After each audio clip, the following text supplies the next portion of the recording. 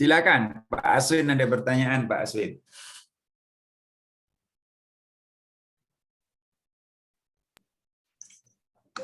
Ya, Prof. Terima kasih.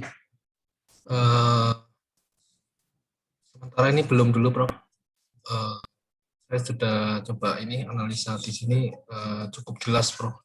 Cukup jelas. Cuma memang untuk faktor-faktor di luar itu ya, Prof ya. Apa namanya? Di luar kondisi yang sudah fix sekian, X optimal sekian, Y optimal sekian itu masih bisa berubah. Bisa dari efisiensi yang tadi 7 menjadi 5. Betul. Seperti itu ya, Prof ya. Mungkin kondisi lain ada nggak, Prof, yang mempengaruhi selain efisiensi, Prof? Ya, banyak. Kondisi lain itu adalah misalkan ya, kalau kita berbicara efisiensi satu, kemudian yang kedua kita berbicara dari lingkungan yang berubah, ya, price yang berubah, ya. Kalau efisiensi kan kaitannya dengan production cost, betul nggak? Ya kan, terkait dengan production cost. Tetapi juga kita bisa melihat bahwa bisa jadi situasinya adalah ya terjadi ya sebuah keadaan di mana supply bahan baku terhambat. Supply bahan baku terhambat. Artinya apa? S1, S2, dan S3 yang tadinya 250, 400, dan 150 ternyata di lapangan nggak ada. Ya. Artinya apa? Artinya ya terjadi perubahan luas kanan constraint. Terjadi perubahan luas kanan constraint. Nah, kalau terjadi perubahan luas kanan constraint, tentunya kita juga harus ya mengontrol kembali apakah dengan resources yang kita miliki saat ini ya bisa mencukupi untuk mendapatkan nilai optimalnya seperti tadi, dan biasanya nggak pernah dan pasti akan berubah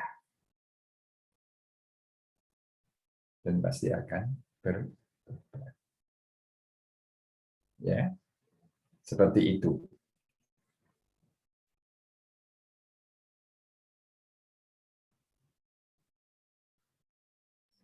Baik, Prof. Mungkin menarik juga ya, Prof, yang terkait waktu tadi, Prof. Mungkin, Prof.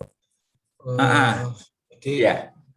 Misalnya untuk posisi X optimal dan Y optimal itu kan dalam sebulan misalnya sekian. Tapi kalau ada keterlambatan tadi yang disampaikan Prof itu bisa jadi berpengaruh ke ini, Prof. Betul. Jadi memang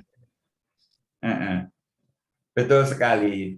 Memang satu hal yang perlu Saudara pertanyakan kepada saya adalah kalau memang seperti itu, Pak, seberapa efektif ya model atau metode yang Bapak perkenalkan pada kami gitu loh. Pertanyaan yang bagus kalau Saudara bisa bertanya itu tadi, saya tunggu-tunggu seberapa gitu kan. Jadi ya kembali di dalam memodelkan itu kita tidak terlepas dari asumsi. Tidak terlepas dari asumsi. Dan kalau kita ingin mendekati realitas dunia nyata, ya kurangi asumsi-asumsi itu. Apa konsekuensinya dengan mengurangi asumsi-asumsi itu? Ya, tentu saja model yang kita bangun harus bisa menjadi lebih kompleks. Bisa menjadi lebih kompleks. Dan seringkali kita tidak mampu ya mendeskripsikan realitas itu dalam model matematis.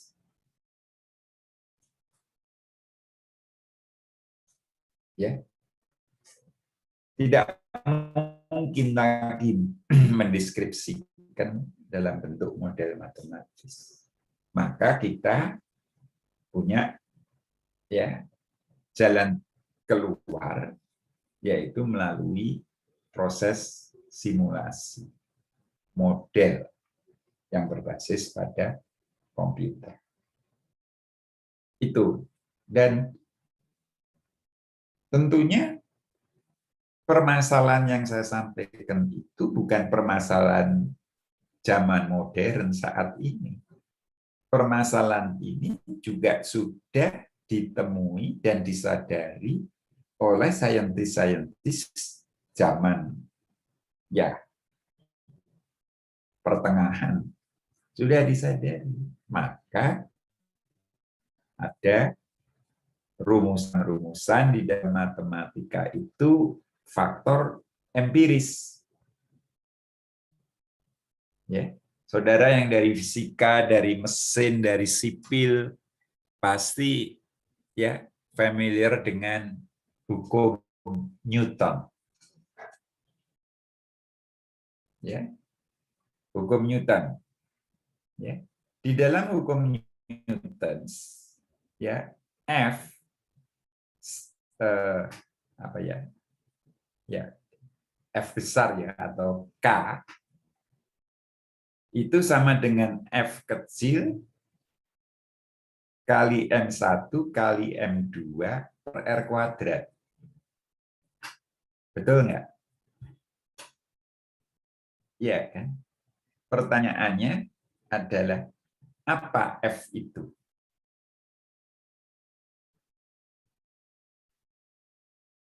Kita tidak bisa mendeskripsikan.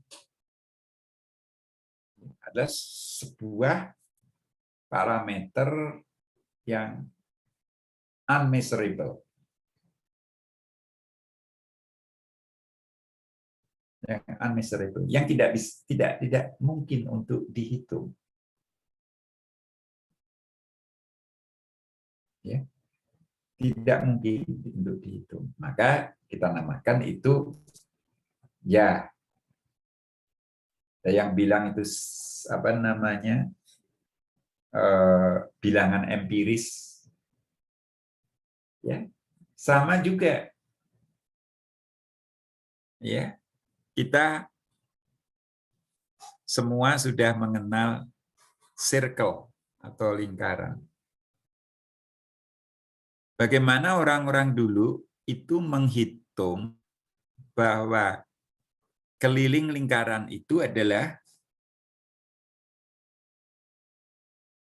22/7 ya pi kali R. Ya enggak, Prof. Tiwi? Betul, Pak. Kebetulan, Prof, iya kan? saya interest banget waktu dibahas tentang konstanta ini tadi. Ada pertanyaan yang selama ini saya belum cari juga jawabannya sih, Prof. Kalau misalnya konstanta untuk di persamaan gravitasi tadi kan itu udah berapa kali coba mungkin bisa didapatkan angka itu, atau konstanta untuk PV-NRT itu juga kan ada case-case tertentu. Yang jadi pertanyaan saya, untuk bilangan Euler itu kenapa bisa dipakai untuk semua lini ya, Prof? Itu bisa dipakai, diterapkan oleh anak biologi, oleh anak kedokteran, anak mesin, semua aspek bisa menggunakan bilangan Euler yang berhubungan sama logaritma natural. Saya nggak habis pikir di situ, itu dapatnya dari mana gitu loh. Dan belum sempat cari tahu juga sih, Prof. Betul, betul sekali. Jadi saya juga melihat ada satu misteri yang istilahnya itu bukan atau tidak atau belum terpecahkan. Tapi ada sebuah misteri yang istilahnya itu unexplainable, tidak bisa dijelaskan. Jadi di dalam pendekatan sistem, ya, di dalam pendekatan sistem, seringkali saya menggambarkan begini. Oke, ya, segala sesuatu yang kita strukturkan di dalam permodelan sistem, ya, itu adalah sesuatu yang konkret. Begitu Mbak Pratiwi. Sesuatu yang konkret. Tapi ada sesuatu juga yang tidak konkret, itu untouchable. Ya, kalau kita berbicara penduduk, ya, satu perkotaan, kalau ada yang dari bidang keahliannya BWK atau arsitektur, ya, perkotaan, ada penduduk. Sebagai sistem kita bikin black box, penduduk. Penduduk ini dipengaruhi oleh variabel input dan variabel output. Inputnya adalah birth rate, kelahiran. Kemudian outputnya adalah death rate, kematian. Ya. Kalau death rate itu fungsi dari persentase, maka persentase daripada death rate itu atau death rate itu adalah perkalian dari jumlah populasi dikalikan persentase death rate itu tadi. Itu konkret, real, bisa kita gambarkan. Tetapi bagaimana kita menggambarkan setelah death itu elemennya kemana? Ya, nah di dalam pendekatan sistem, ya kita nggak tahu kemana. Ya, kita nggak bisa dong mengatakan surga dan neraka, gitu nggak bisa. Gitu kan.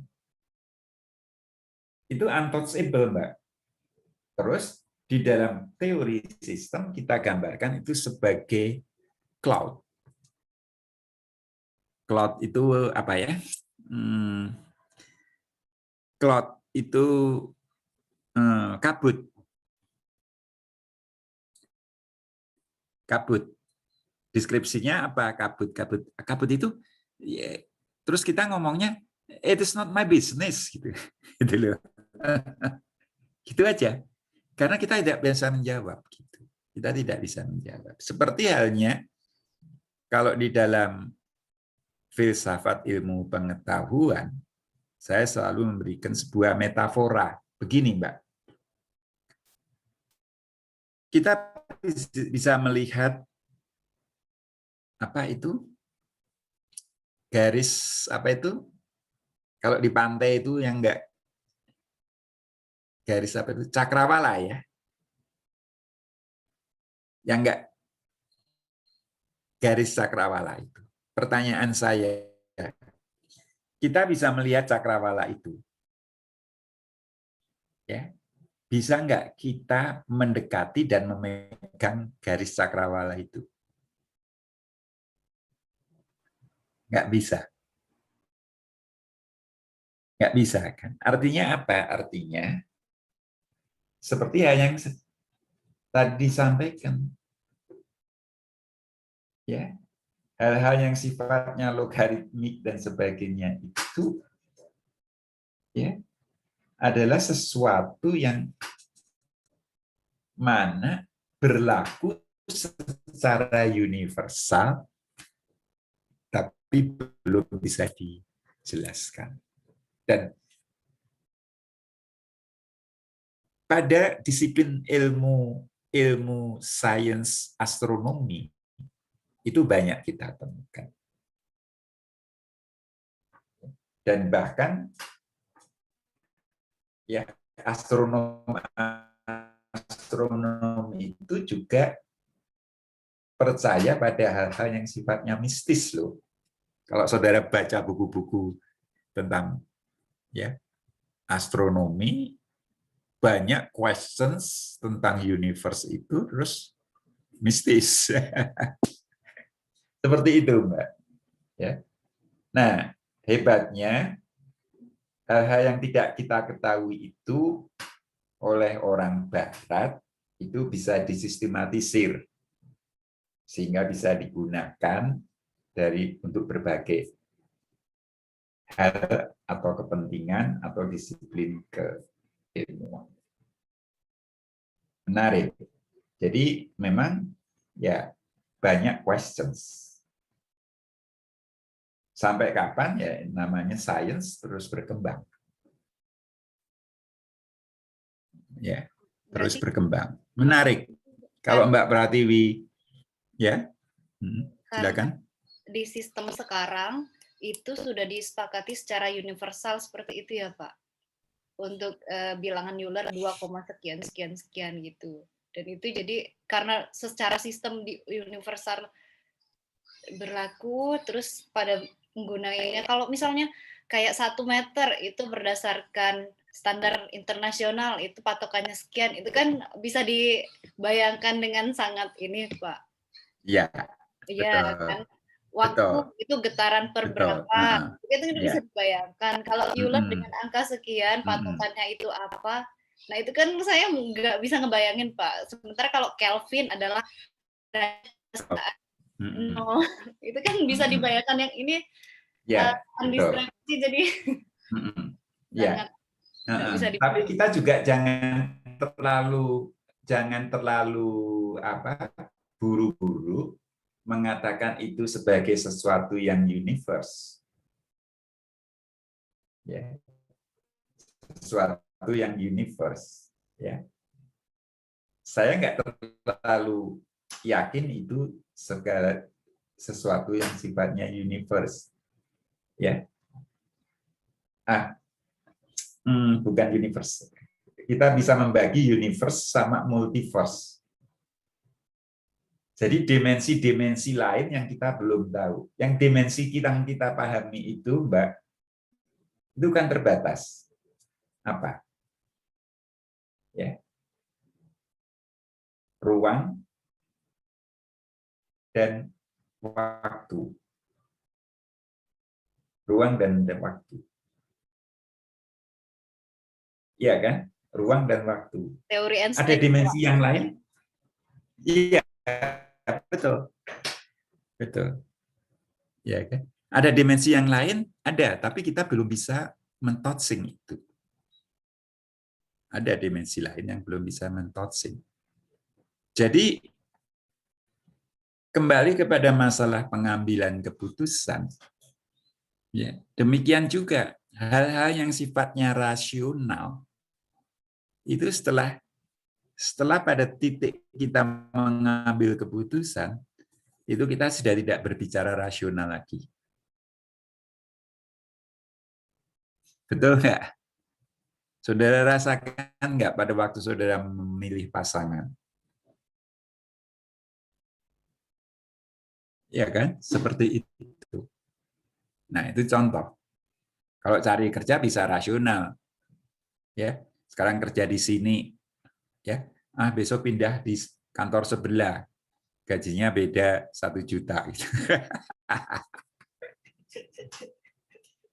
Gitu kan, seperti itu. Ya. Itu. Jadi pengambilan keputusan itu adalah sebuah proses merasionalkan dalam konteks ilmu. Tapi keputusan itu sendiri based on ada feeling, ada apa dan sebagainya. Gitu. Bapak-bapak dan ibu-ibu sekalian. Silakan kalau ada pertanyaan yang lebih berorientasi pada sistem keputusan.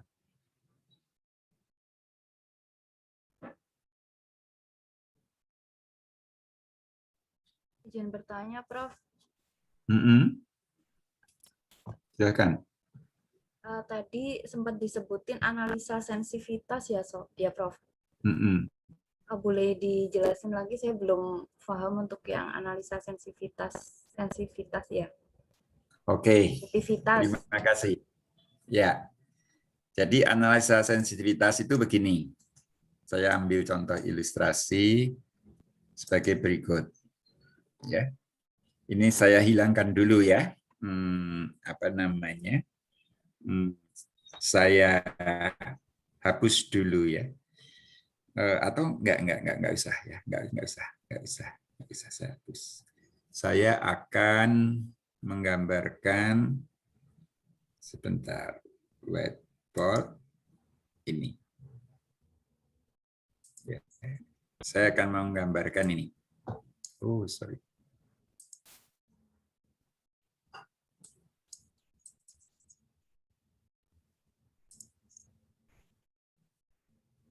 Nggak bisa.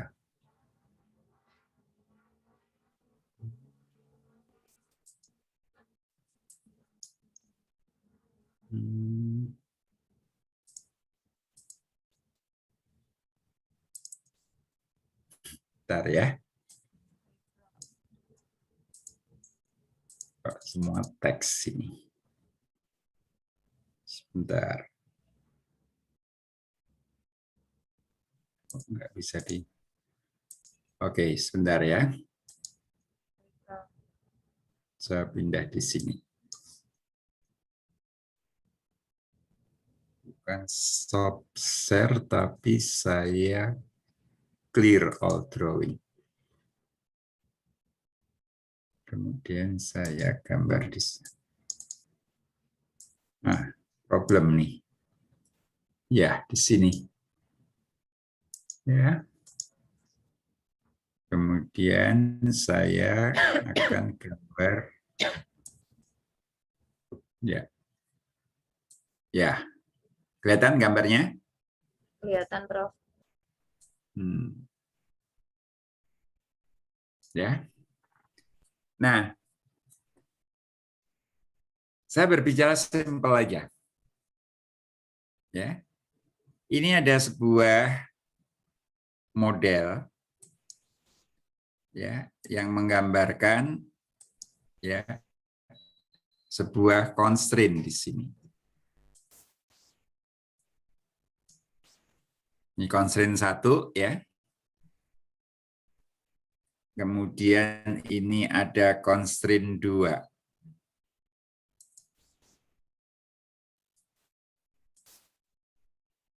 Constraint 2 ekstrim begini.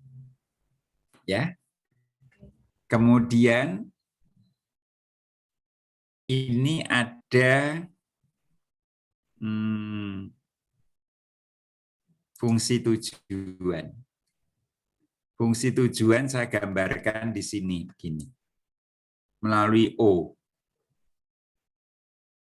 Ya. Jadi ini adalah C1. Ini adalah C2. Ini FO fungsi objektif. Oke. Saya bertanya ya. Kalau gambar ini seperti ini, maka titik optimal ada di mana? Di pertemuan antara C1 C2. Ya, oke. Artinya ini kita geser sejauh mungkin. Gitu kan ya? Ya. Kita geser sejauh mungkin. Bentar. Ya. Kita geser sejauh mungkin. Ya. Di sini. Ini taruh kata ini sejajar ya. Taruh kata di sini. Ya. Di sini.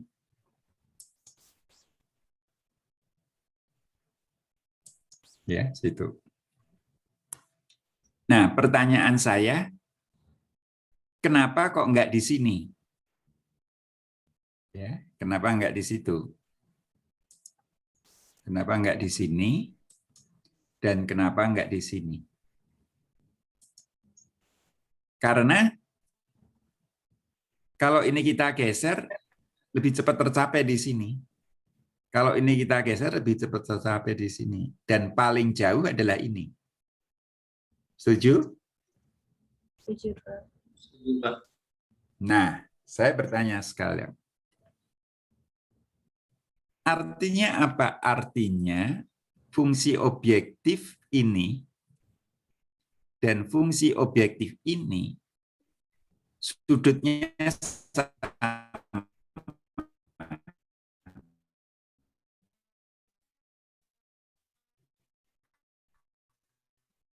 Sudutnya sama. Ini. Dan ini sudutnya sama. Setuju ya? Ya. Nah, sekarang ada sebuah pertanyaan. FO itu bisa berubah enggak? Ya. Tadi saya berbicara 3,2X dan 2,3Y. Ya kan?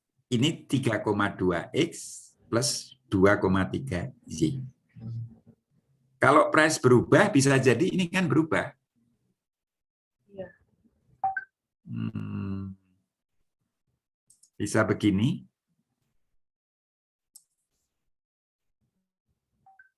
Ya. Bisa begini. Ya kan? Nah, ini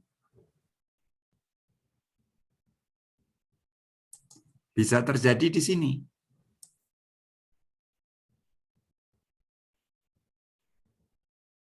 Artinya apa? Ini bisa ke sana, bisa ke sana. Jelas?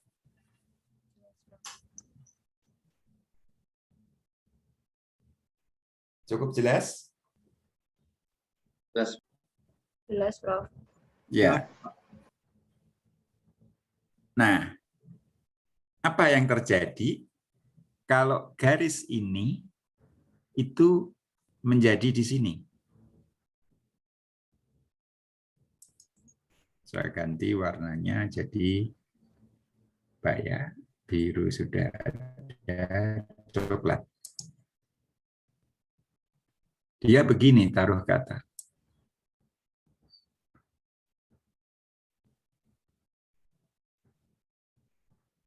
Ya kan, orang ini bisa bergeser ke sini kok, ya kan? Ini sejajar dengan ini. Apa yang terjadi? Apakah titik optimalnya masih di sini?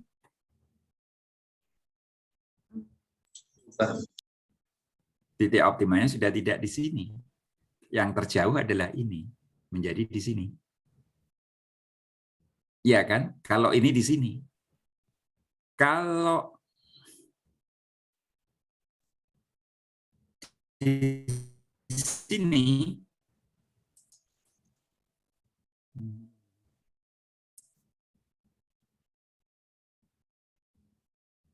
apa yang paling jauh? Apakah di sini paling jauh?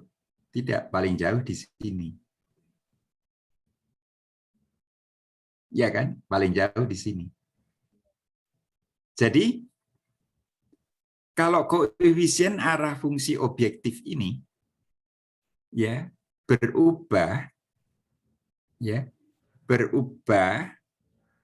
tidak lebih besar dari ini,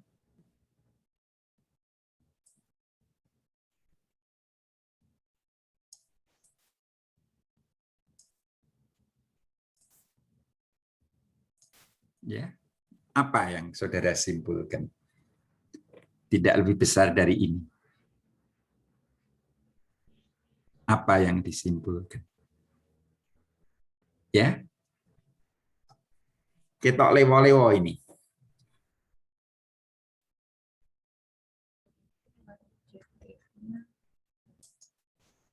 Apa? Ya masih di range apa daerah antara FO dan ininya ya, Prof. S1 dan S2. Iya, Antara C1 dan C2. Artinya apa? Artinya nilai optimal ya tetap di jantung hati merah itu tadi. Paham? Oh, iya, iya, iya. Iya, iya. Iya nggak? Iya, Prof. Iya.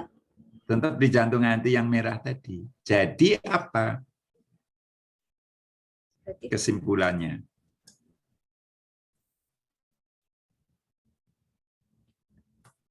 nilai Apa maksimalnya kesimpulannya? tetap meskipun selama C1 sama C2, selama objektifnya tidak melebihi C1 sama C2 gitu ya? Ya, mungkin bisa saya bikin narasi sebagai berikut. Ya, nilai optimal tidak akan berubah apabila ya koefisien arah fungsi objektif berubah tidak lebih besar dari koefisien arah salah satu fungsi constraint pembentuk daerah visible dan tidak lebih kecil dari koefisien fungsi constraint pembentuk daerah visible yang lain. Jadi kalau kita lihat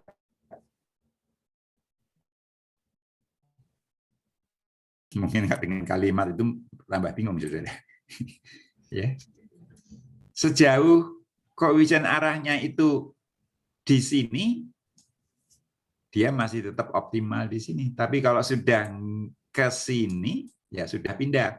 Kalau sudah ke sini, ya sudah pindah.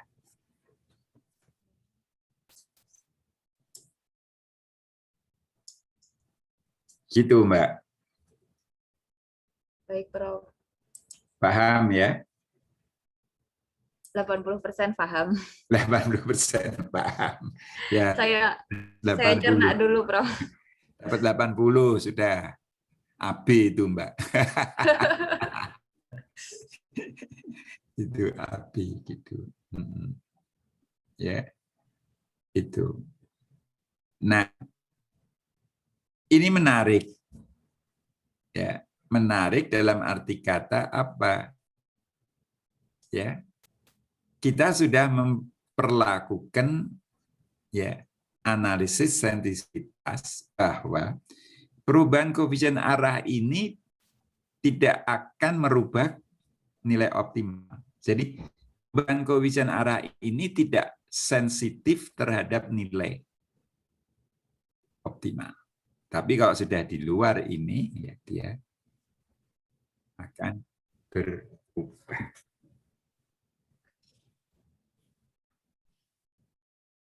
Gimana Pak Busro?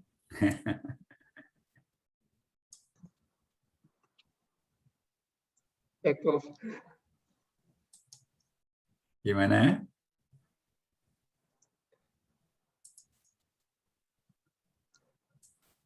%60? Ya masih mencerna juga, Prof. Ya. Ini penting ya. Saya tidak berorientasi pada menghitung, karena menghitung itu bisa di-replace oleh aplikasi perangkat lunak yang ada di dalam komputer. Tapi pemikiran ini menjadi hal yang sangat penting buat kita.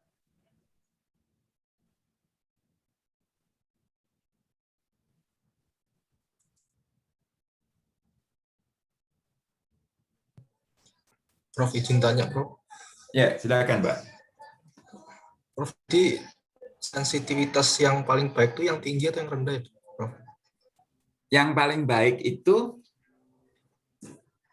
adalah bukan masalah yang tinggi dan rendah, tapi adalah sebuah keadaan yang tidak sensitif.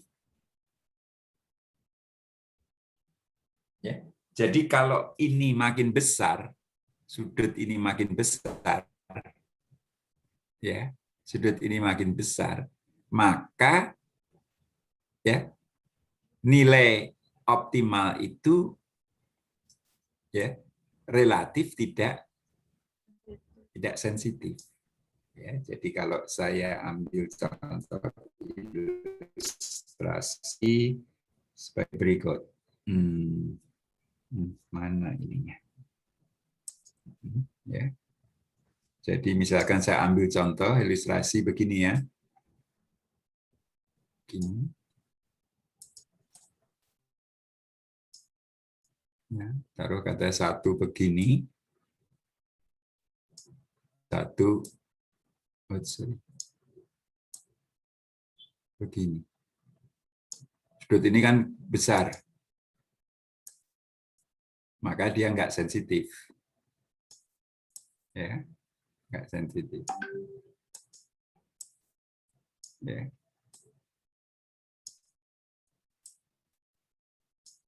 Ya. Jadi dia makin mapan, tidak sensitif. Sesuatu yang sensi itu kan nggak bagus kan ya. Ya, saudara punya teman yang sensi gitu kan nyebelin. Ya kan? Seperti itu. Ya. Nah, memang pada permodelan pengambilan keputusan itu memang kita biasanya mencari sebuah keadaan yang tidak sensitif.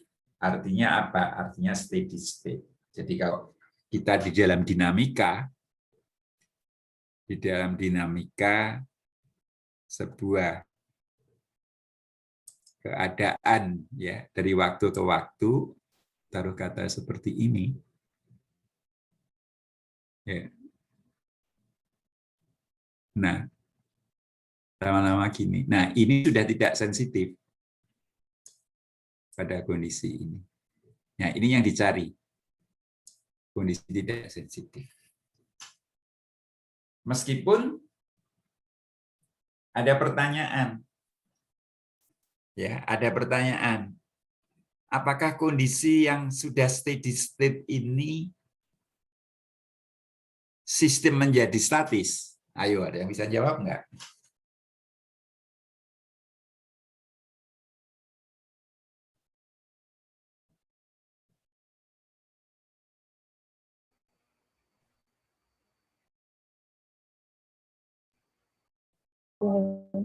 Silakan, apa jawabannya?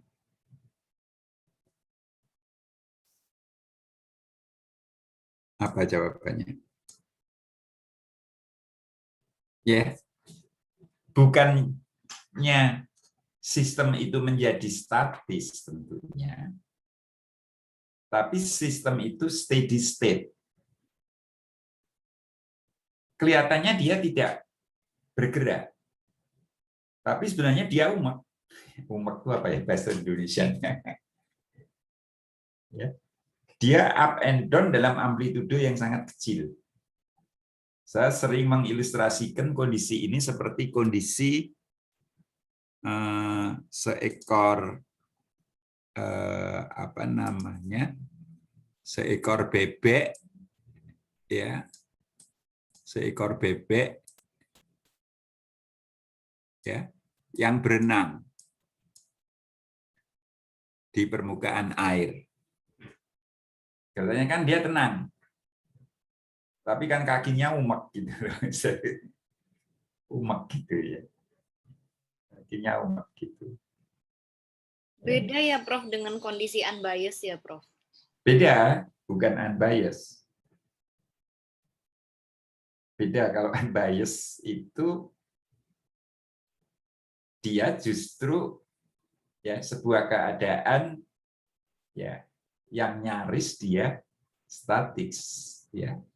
Karena nilainya konstan begitu. Tapi kalau ini nggak konstan. Bisa Ya, tadi saya katakan mapan itu maksudnya stabil. Itu yang diharapkan. Karena dengan kondisi stabil itu,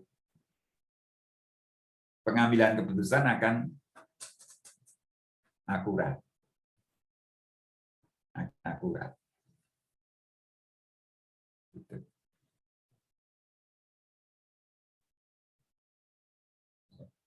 Jadi,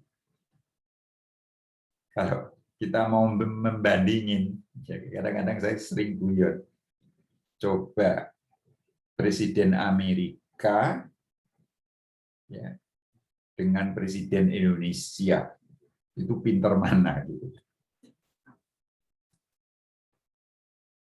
Kok menurut saya pinter Presiden Indonesia. Indonesia itu kan umek banget kan. Kalau di Amerika semua teratur mapan, gitu. Ya, kan? Lebih mudah gitu. Tapi ngurusin COVID, Biden juga nggak bisa kan, banyak yang mati juga kan. Jadi masih pinter Pak D kita lah gitu. Seperti itu. Oke.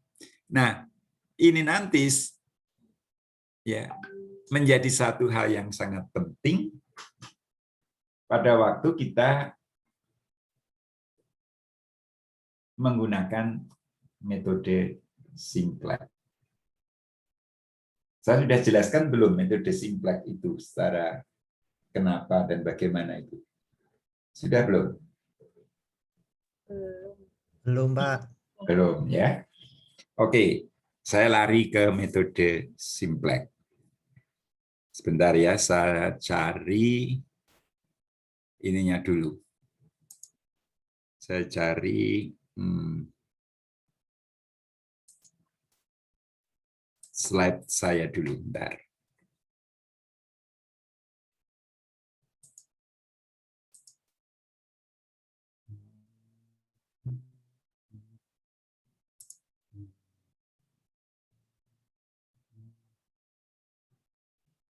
Bentar ya, model.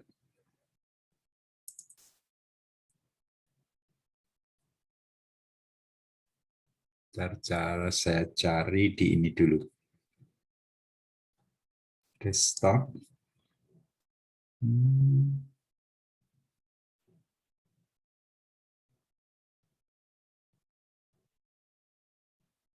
Nggak ada. Bentar.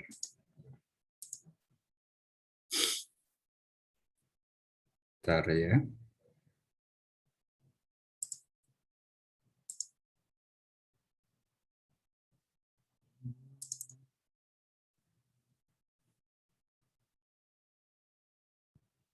Programming. Nah, nih.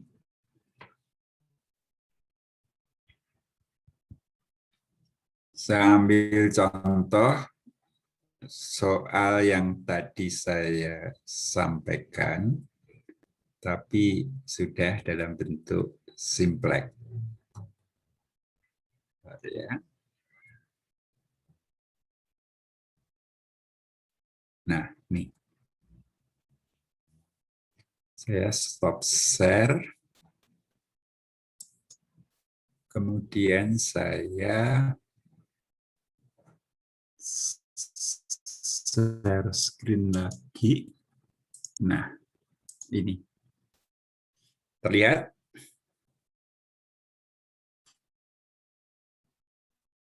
Terlihat, Prof. Terlihat ya? Terlihat. Oke. Model ini adalah model linear programming. Kemudian menjadi model ini.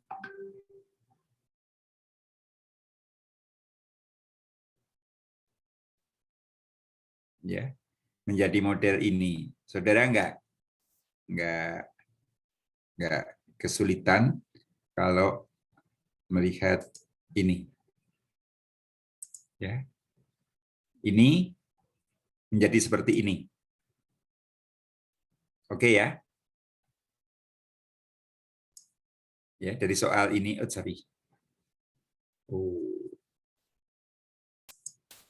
Dari soal ini Ya, soal ini. Kemudian dibuat model matematis ini. Oke. Terus pertidaksamaan dirubah menjadi persamaan, menjadi ini. Setuju?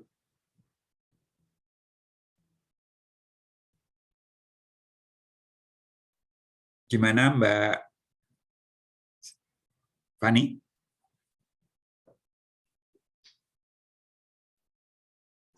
Clear enggak ini? Clear, Pak.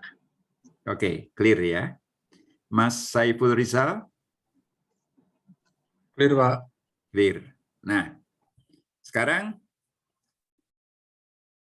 pertidaksamaan dirubah menjadi persamaan.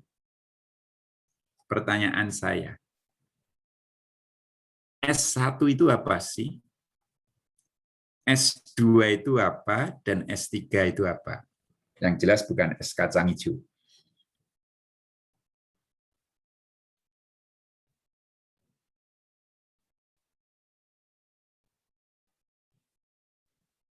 Tadi sudah saya jelaskan sebenarnya. Ya, pada waktu X itu belum kita buat dan Y belum kita buat, maka sumber sebanyak 2.500. Itu adalah S1. S2 2.000. S3 500.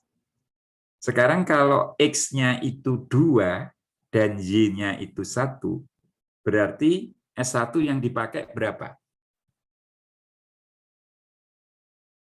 26. Yang dipakai 26. Sisanya berapa?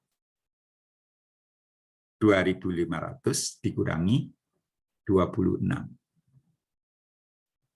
Ya kan? Demikian juga S2. Ya.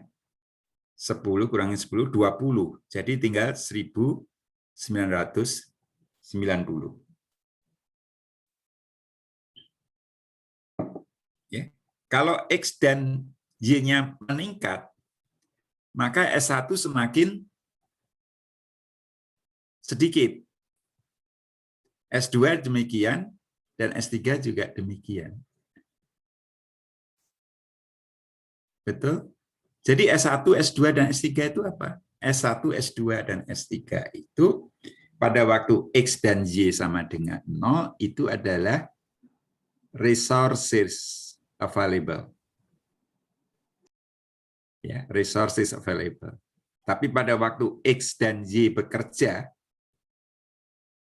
nilainya meningkat, maka S1, S2, dan S3 itu adalah idle capacity.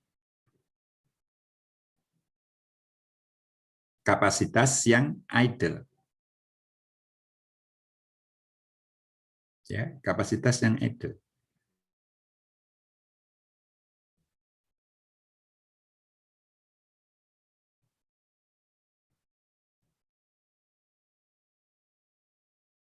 Pertanyaan saya, lanjut. Ya. Kenapa ini kok 0 S1, 0 S2, dan 0 S3? Kenapa? Karena berbeda fungsi objektifnya, Pak. Ya. Karena S1 dan S2 dan S3 itu adalah unexpected variable decision atau idle capacity. Kita nggak mempunyai pengharapan ada idle capacity. Kita punya harapan seluruh resources yang kita miliki itu tertransformasi menjadi X dan Y. Gitu Mbak Praftiwi, ya? Iya kan? Iya, Pak. Nah, sekarang kalau S1, S2, dan S3 itu eksis, berapa nilai tambah yang kita peroleh? Kita bikin perusahaan garment yang jadi baju 200, yang 300 masih tetap dalam kain bal-balan. Berapa nilai tambahnya? 0. Betul nggak? Iya kan? Nggak ada value-nya. Iya kan? Karena resources masih tetap menjadi resources, belum menjadi produk. Betul? Pak. Ya, silakan. Silakan, Pak.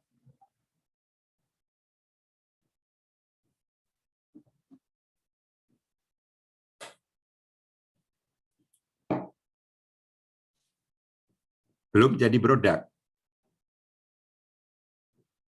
Ya, maka di sini 23X plus 32Y plus 0S1 plus 0S2 plus 0S3.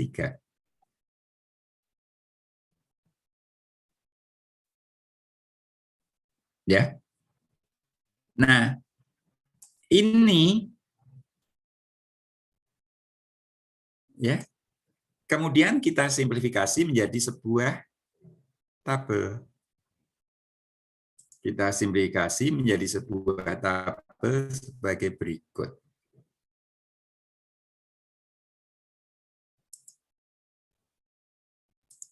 Jadi sebuah tabel sebagai berikut. XY, S1, S2, S3. 23, 32, 0, 0, 0. Jadi 23X plus 32Y plus 0S1 plus 0S2 plus 0S3. Ya. Kemudian 10X plus 6Y plus S1 plus 0S2 plus 0S3 sama dengan 2.500. 2.500 itu apa? 2.500 itu adalah S1. Kemudian 5X plus 10Y plus 0 plus S2 plus 0 sama dengan 2.000. Ini adalah S2-nya dan seterusnya. Ya. Kemudian Pak Dinar memberi guidance pada saudara, mana yang kita pilih yang akan kita produksi sesegera mungkin. Tadi ada Mbak Niluh. Di mana? Oh, Niluh atau Nikadek? Silakan. Ada 2.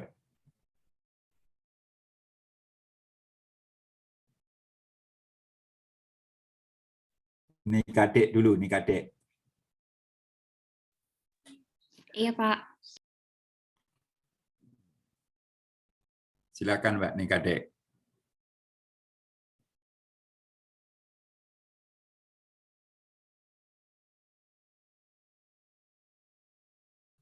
Pak, mohon maaf sinyal saya agak putus-putus, Pak.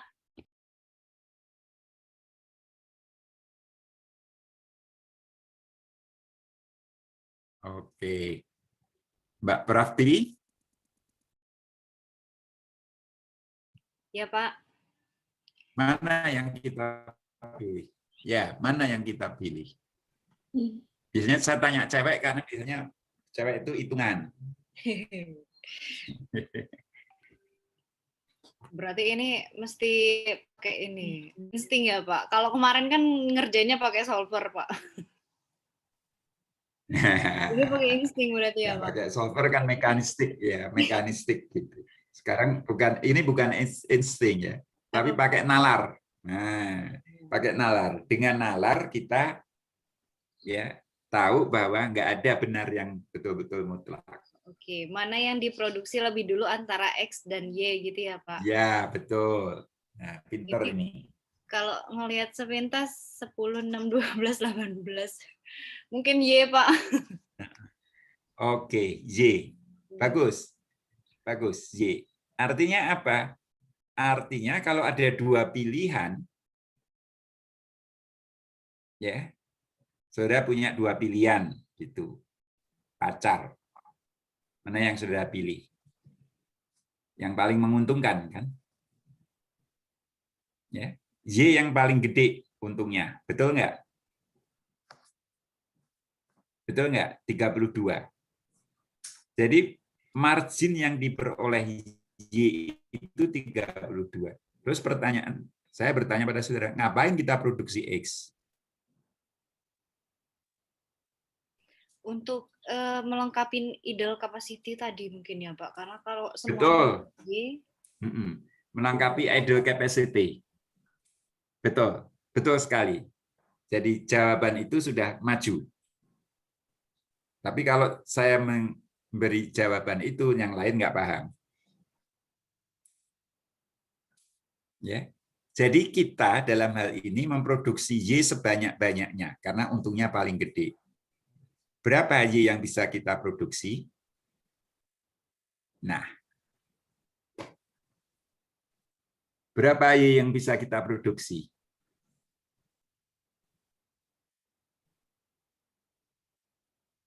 Ayo, ayo, ayo. Siapa lagi?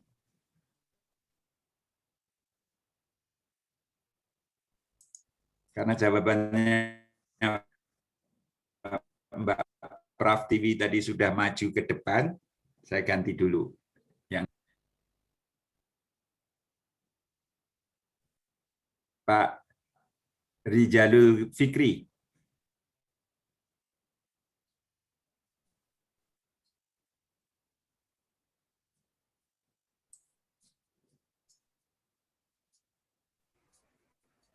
Ini melihat konsen yang mana Pak ya? Kalau kita melihat yang kuantitinya 2000, kita bisa memproduksi Y maksimal sebanyak 200 unit Y sih Pak, dengan X 0. Ya, betul. Ya, berapa? 2000. Yang kita produksi Kalau adalah Y. Berapa Y yang kita 200, peroleh? 200. 200. Ya. Kalau Kenapa? untuk kasus konsen yang 2000 itu ya Pak ya? Ya, artinya kalau kita beranggapan constraint-nya cuma S2. Tapi kita punya constraint S1 dan S3 juga. Jadi kenapa yang kita pilih 200? Kalau kita ya hanya mempunyai constraint S1, maka yang bisa kita produksi adalah 250. Kalau hanya S2 saja yang kita produksi 200. Kalau S3 yang kita produksi bisa 250. 250. Ya. Nah, sekarang kalau kita mempunyai dua constraint, S1 dan S2. Kita mempunyai dua constraint, S1 dan S2. Berapa yang kita produksi? Pak Rizalul Fikri, ayo. Jawabannya tadi sudah bagus. Lanjutkan.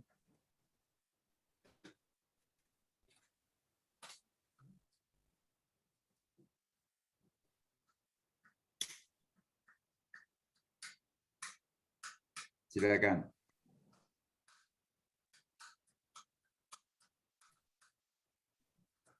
Ya. Yang kita produksi tidak 2.500, 250.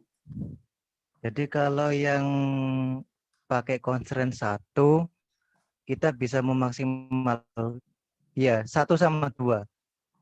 Iya, 2005.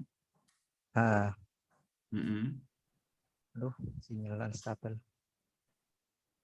Kalau yang constraint 1 tadi kan dengan 2.500 itu kan kita bisa menghasilkan Y sebanyak 416 karena memang kebutuhan bahan produksinya kan cuma 6 dan yang constraint 2 kan bisa menghasilkan 200 sehingga totalnya bisa 616 Pak untuk produk Y. Nah, nanti sisanya bisa kita alihkan ke produk. Salah.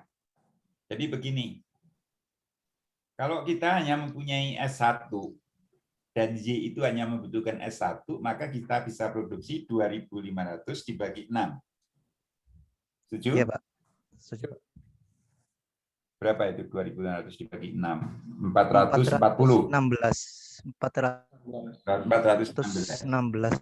Kalau kita hanya punya S2 dan Y itu diproduksi hanya menggunakan S2, berapa yang kita bisa produksi? 200.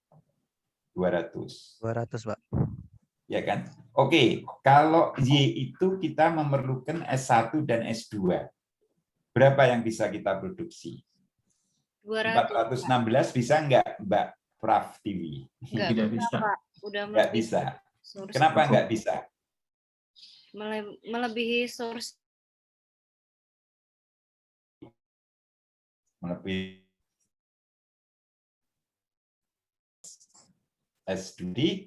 Sangat bijaksana kalau kita maksimumkan ya yang kita produksi sebanyak hanya 200, tidak 416 dan tidak 250, tapi 200. Sehingga di dalam hal ini setelah kita memilih variabel basis yang kita pilih adalah yang marginnya paling besar, maka selanjutnya berapa yang kita produksi, kita harus mencari perbandingan ruas kanan constraint dengan koefisien variabel basis yang mempunyai nilai terkecil. Ya, mempunyai nilai terkecil. Kenapa mempunyai nilai terkecil? Itu adalah ya kita memilih 200/10 itu ya kita artinya sudah mengetahui bahwa constraint ini itu disebut sebagai constraint aktif. Constraint aktif, sedangkan yang lain disebut sebagai constraint pasif. Kenapa constraint aktif? Karena kita produksi Y semua berubah menjadi Y, tidak ada sisa. Sedangkan pada waktu constraint pasif, kita memproduksi sebanyak Y, sebanyak 200, masih ada sisa. Demikian juga S3. Saya kira itu.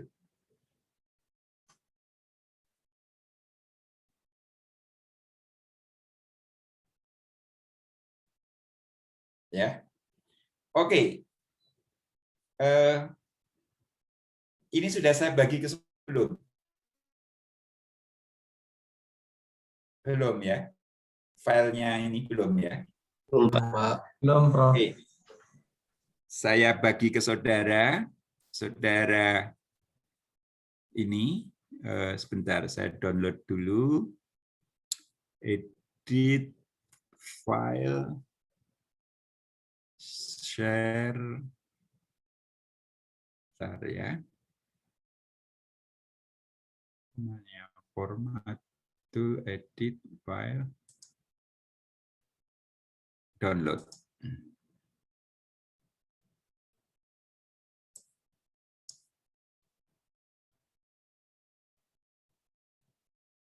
Nggak bisa. File, download. Nah ini. Ya, saya save.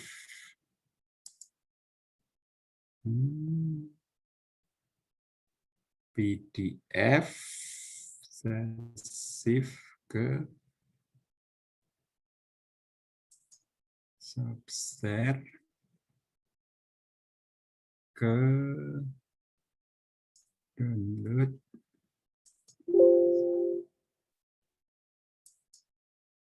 Ya. Kemudian saya tutup ini. Bentar. Saya masuk di sini. File.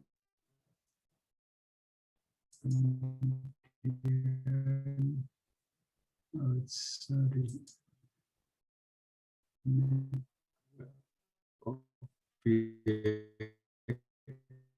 Stop. Ya.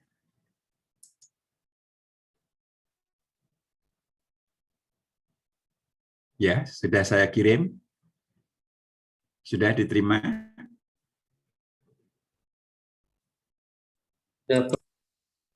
Ya. Sudah, Bro. Saya sekarang buka ininya. Apa? Absennya.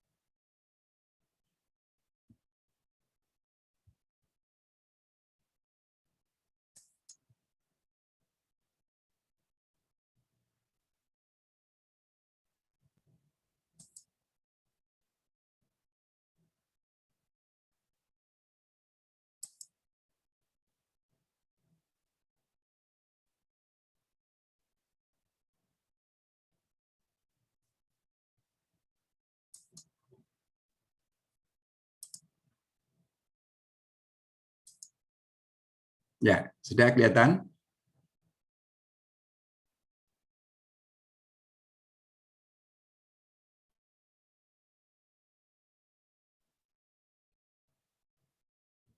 Belum. Udah, Pak. Sudah? Sudah, Pak. Oke. Silakan di 333-044.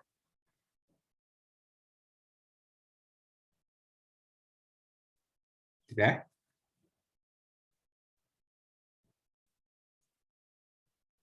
Tolong diingatkan ya, saya sudah sampai di tabel ya. Sudah sampai di tabel.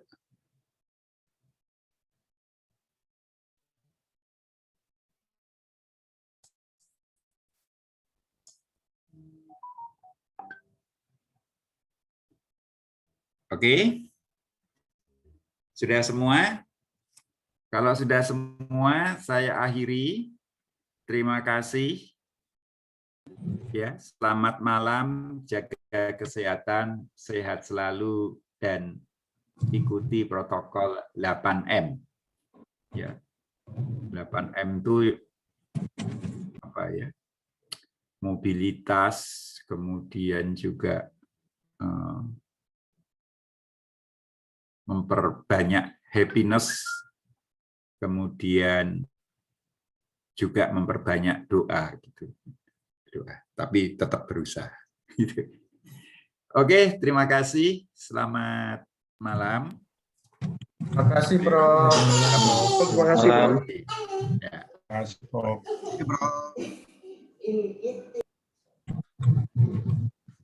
Gimana matiinnya ini? Nah, ya.